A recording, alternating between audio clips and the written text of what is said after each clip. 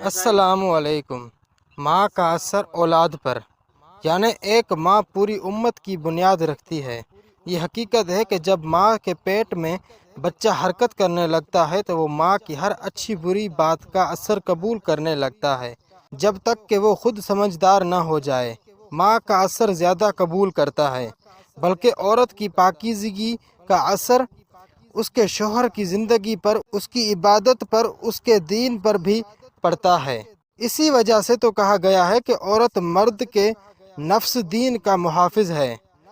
ایک بزرگ اپنی بیوی سے کہنے لگے کہ میں تہجد پڑھتا ہوں جبکہ تم صرف فجر کی نماز پڑھتی ہو۔ دوسرے دن بابا جی کی آنکھ فجر میں جا کھلی۔ بیوی کو کہنے لگے کہ معلوم نہیں کہ کیا ہوا، پہلے تو آسانی سے تہجد میں بیدار ہو جاتا تھا، آج فجر مشکل سے پڑھ پایا۔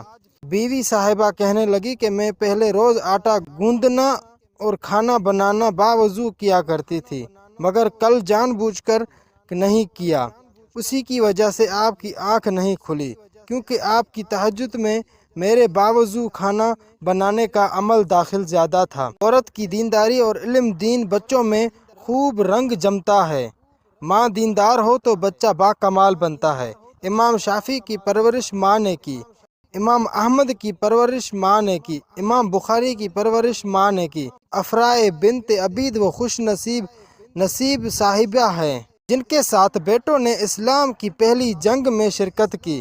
اسی پاک ماں کے وہ دو بہادر بیٹے معاذ معوذ تھے جنہوں نے ابو جہل کو قتل کیا تھا۔ جب ماؤں کے بچوں نے دین کی گھٹی پلائی تھی تب مجاہدین پیدا ہوئے تھے، تب بچے علماء پیدا ہوئے۔ اب ماؤں نے دنیا پلا دی ہے تو بچے اداکار و فنکار گلوکار پیدا ہوتے۔ آج کل بچوں کو دین پڑھانے سے اہم بچوں کو دین پڑھانا چاہیے۔ آج کل بچوں کو دین پڑھانے سے اہم بچیوں کو دین پڑھانا چاہیے۔